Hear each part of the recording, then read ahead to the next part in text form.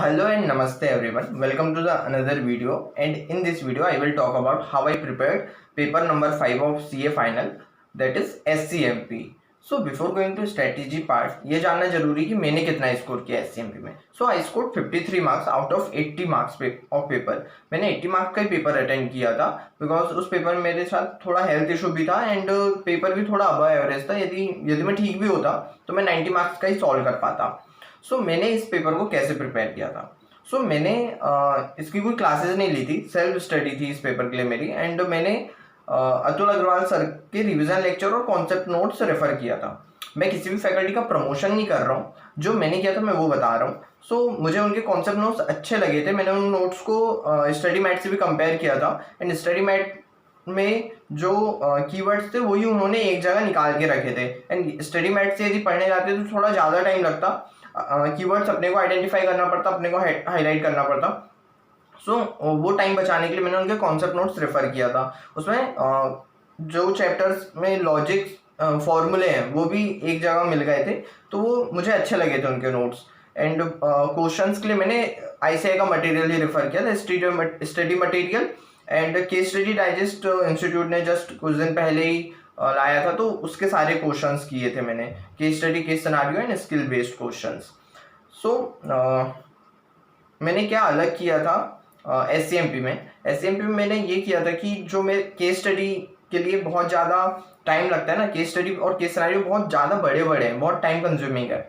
तो मैंने एक केस स्टडी और केस सिनेरियो पे ऑलरेडी एक वीडियो बना के रखा है, बट क्विकली मैं बता देता हूँ मैंने कैसे किया था. यदि आप कॉन्सेप्ट नोट्स अच्छे से रट लेते हैं, मतलब समझ लेते हैं, उसके बाद अच्छे से उसके कीवर्ड्स को रट लेते हैं, रिटेन कर लेते हैं, तो आपके लिए केस स्टडी सॉल्व करना केक वॉक रहेगा. यस. तो यदि या तो आप कॉन्सेप्ट नोट्स अच्छे से कर लो या तो फिर केस स्टडीज में ज़्यादा टाइम लगेगा आपको. यदि आपने कॉन्सेप्ट नोट्स अच्छे से कर दिए तो केस स्टडी आपके लिए ईजी है.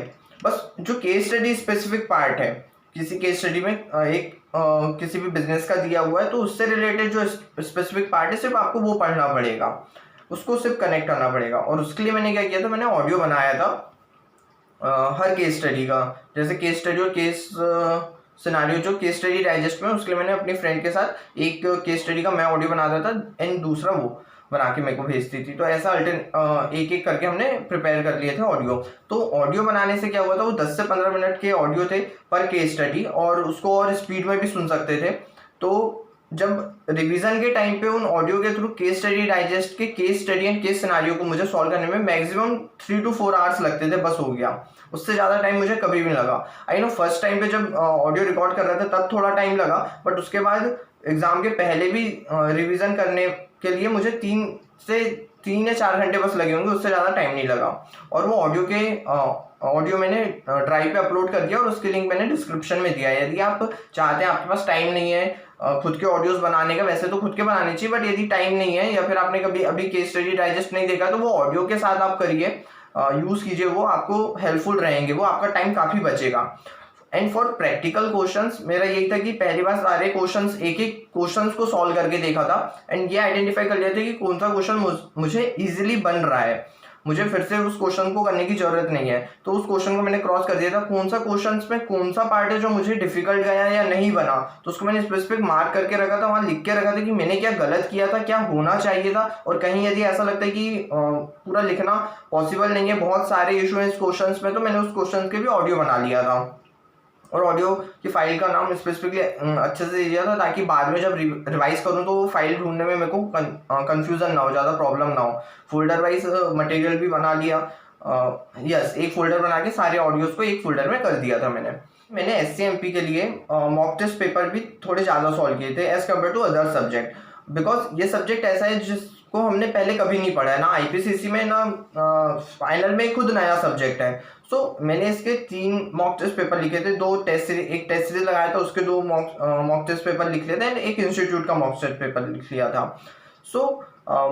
मॉक टेस्ट पेपर लिखने से आपको ये तो पता चल जाता है कि आपको आंसर कैसा करना है, पेपर को कैसे कंप्लीट करना है, 100 मार्क्स का पेपर टाइम पे, ये सब चीज़ें आपको पता चल जाती हैं. इसलिए मैंने इसके थोड़े मॉक टेस्ट पेपर भी एक एक्स्ट्रा किया था. हर सब्जेक्ट के फिर 2 ही पेपर दे पाया था मैं.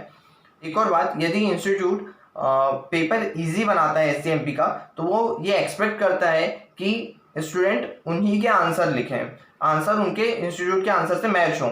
इसलिए नवंबर 20 एक ऐसा एग्जाम था जहां पर पेपर बहुत इजी था, सारे क्वेश्चन स्टडी मैट से पूछे गए थे, लेकिन तब भी नंबर्स काफ़ी कम आए थे। और रीज़न ये था कि स्टूडेंट्स ने जो आंसर लिखे थे वो एकदम स्पेसिफिक नहीं थे, मतलब जैसे कीवर्ड्स होना चाहिए था वो कीवर्ड्स नहीं थे, and that's the reason students का स्कोर उतना अच्छा नहीं था पेपर इजी होने के बावजूद।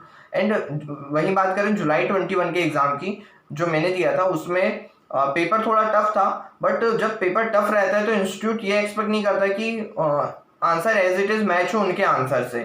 सो यदि आप सिर्फ कीवर्ड्स लिख दें और बाद में केस स्टडी के बारे में अपने हिसाब से लिखें, अपने तरीके से लिखें लिंक करके, तो भी आपको नंबर मिल जाएंगे। इसलिए इंस्टीट्यूट के क्वेश्चंस करना बहुत ज़्यादा इंपॉर्टेंट हो जाते हैं, क्योंकि यदि वही क्वेश्चंस आता है तो फिर इंस्टीट्यूट एक्सपेक्ट भी करता है कि आंसर भी वही हो।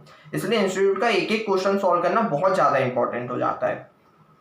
क्विकली समराइज करूँ मेरी प्रिपरेशन को, तो मैंने अतुल अग्रवाल सर के कॉन्सेप्ट नोट्स अच्छे से किए थे, बहुत ज़्यादा अच्छे से किए थे। स्टडी मैट के हर एक क्वेश्चंस को फर्स्ट रिवीजन में सॉल्व करके देखा था, मार्किंग कर दिया था कि कौन सा क्वेश्चन नहीं करना है और कौन से क्वेश्चन को अगली बार करना है, क्या एडजस्टमेंट है जो प्रॉब्लम दे रहा है। उसके बाद सारे केस स्टडी और केस सिनारियो के लिए मैंने ऑडियो प्रिपेयर कर लिए थे, 2 या 3 मॉक टेस्ट पेपर इसके सॉल्व किया था।